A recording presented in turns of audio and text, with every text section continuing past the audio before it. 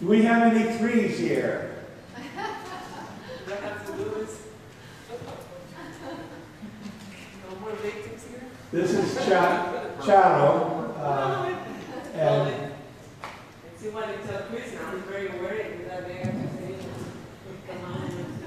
she's worried about how her husband will respond.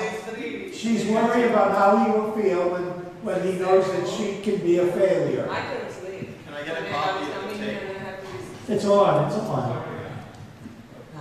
Why do you think you are a 3? Oh, because I'm with that. Oh, what?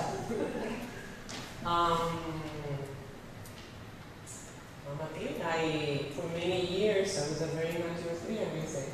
And I don't know, everything that I achieved tasted like nothing. I'm not from here, I'm from the Dominican Republic. And I was like the youngest executive in an American company. I would win awards, I would get promotions at 24, at 26, and nothing. It was always something else, something else. And then until everything fell apart, and I started secretary of trade, and then I realized what was happening. And Can't hear you. Hold the microphone. okay. And then I realized I was a 3. But before that, I went around thinking I was an 8 for a year. Well, what's the difference in your understanding between an 8 and a 3? Between an 8 and a 3. The 8 is there's the boss. success factor. Yeah. Because sometimes you're pushed to be bossy, regardless, depending on the atmosphere, your ambience, or people you have to handle. I used to handle a lot of people, so I thought I had, for many years I was an 8. With all these tests on the Enneagram. And See, that's important. She said sometimes as a 3, you're pushed to being bossy. Like for example, you have a council, parish council, and there's a 3 on the council, and there's also an 8. Now, the 8 is going to push to be chairman of the council. He's going to push with might and main.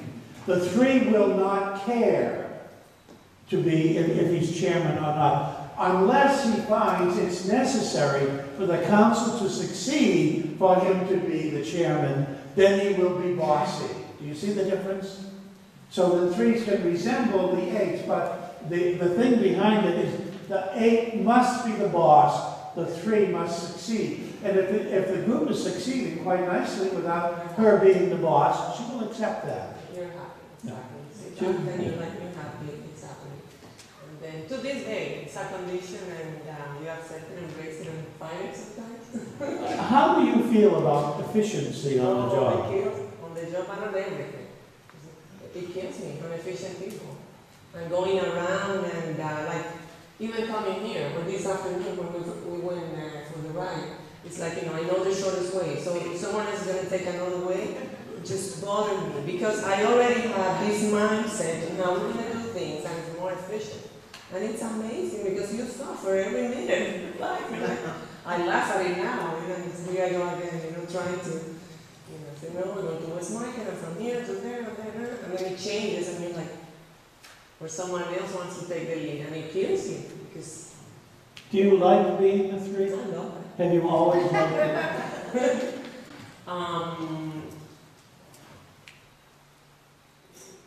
Maybe before, unconsciously I didn't, because I wasn't aware of the roles I had, I was doing or playing, maybe.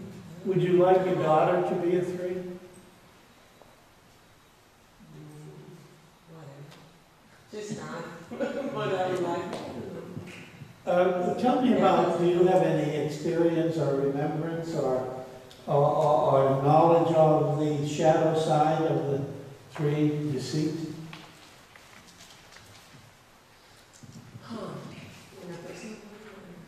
Well, if you do. Yeah, probably. Well, probably when I was in the hotel business and or in the real estate business, you would make up things and then that were not completely true, maybe, and then you realize that, and I don't know, we try to defend the truth.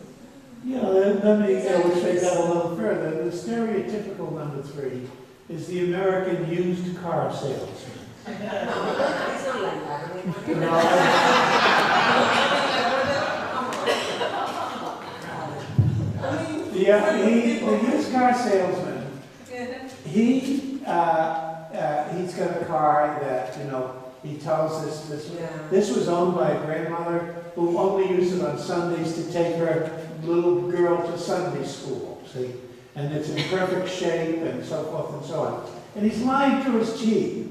But he actually convinces himself that he's telling the truth. And that's why he can be so persuasive. Yeah.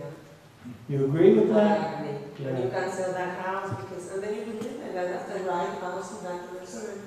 You know, but I had an au contraire. I have a niece who's in real estate, and she sells houses, and she will not permit someone to buy a house if she thinks that that house is not going to be what they need or want. well, I'm not sure She'll three lose would a do sale. that. I'm not sure three would do that, and then you eventually realize. Yeah. All right, everything you wanted to ask for 3, but were afraid to. It's your chance. Yes, please. Somebody?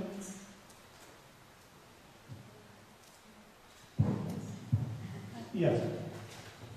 As you're pursuing some of your goals or whatever, if somebody really doesn't believe in what you're doing, but you do, and they express opposition to like they think you're going to be a failure at what you're doing, there's no way you're going to succeed, what's the best way to approach you with that?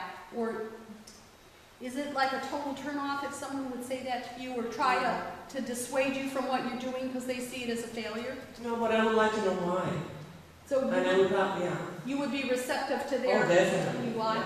Okay. But you would make your own decision. Oh, definitely. But I would definitely take the information and you know, analyze it. Okay. You wouldn't get upset with the person No, for expressing. no. Okay. And may I add that,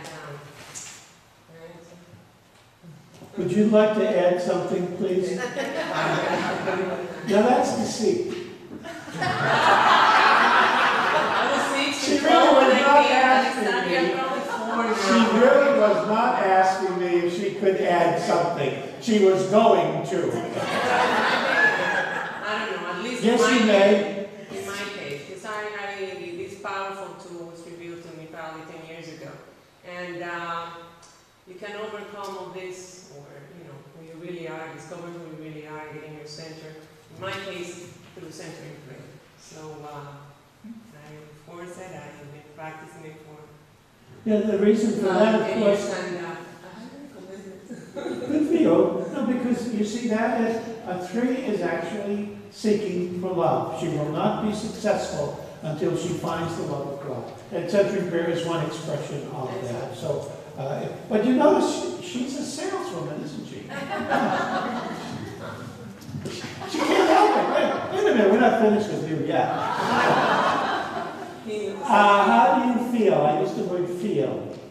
How do you feel about failure? I accept it now, anyways.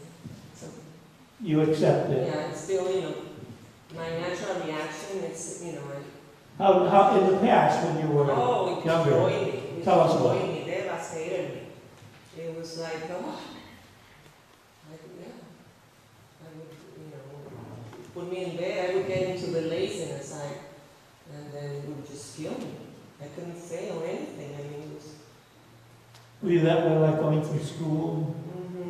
And especially, everything you do, you want approval or acceptance or love. I remember wanting it from my mother and my father when I learned all the math and I would get straight A's, and you know, I didn't get that hug or anything. It was like devastating. It was so always to get that approval or that, and it's a killer. I mean, it's sort of torture. Because everything you do is you want people to recognize and nothing is enough. It's what you say. As a woman and a 3 and a business person, not anymore, but do you have any comments to say about that? How was it received, particularly in the Dominican Republic, although you worked a lot in the United States? But even there, Father, I was so in my role that I didn't realize it. I mean, not being modest, but I was like the first Latin in a very big community of hotels for the Caribbean, and the first woman, and a lot of firsts. it meant nothing. It meant nothing. I was so involved in the role and getting the numbers and getting the budgets and getting, it was crazy. So it's, until the new stuff and I said, this is not me, who am I? One more question. Budgets here. One more question for the three. Yes.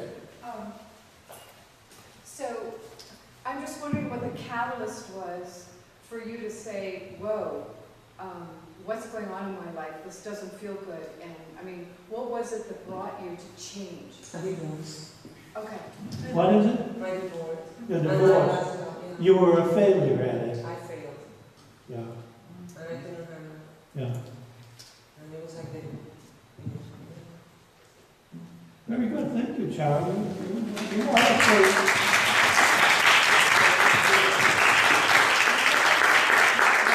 Time for a break. 10-minute break.